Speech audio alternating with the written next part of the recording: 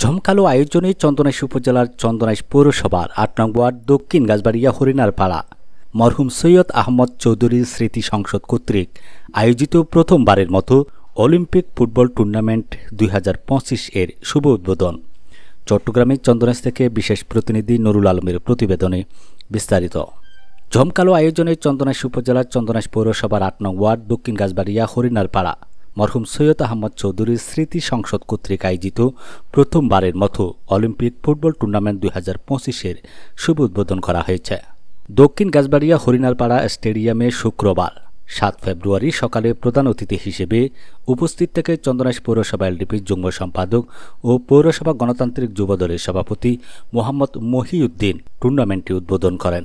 Chandanaish press ক্লাবের সাধারণ সম্পাদক সাংবাদিক মোহাম্মদ নুরুল আলমের সভাপতিত্বে উদ্বোধন অনুষ্ঠানে উদ্বোধক হিসেবে উপস্থিত ছিলেন প্রভাষক মোহাম্মদ আবু বক্কর।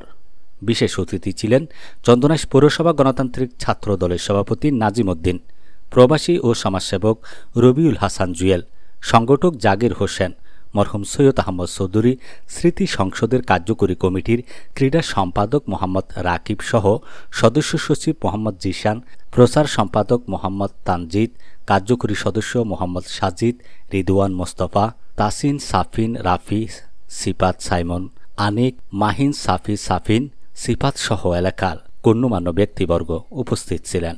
উদ্বোধনী খেলায় প্রথম রাউন্ডে প্রথম খেলা নাসির মোহাম্মদ পাড়া ফুটবল একাদশ টাইব্রেকারে ১-০ গোলে সাহিত্যিক পাড়া ফুটবল দলকে পরাজিত করে বিজয়ী হন।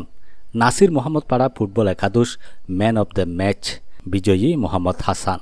প্রথম রাউন্ডে দ্বিতীয় খেলা বিকেল ৩টায় চন্দনাইশ ফুটবল একাদশ বনাম আব্দুল বারিহাট ফুটবল একাদশ মুখোমুখি হয়।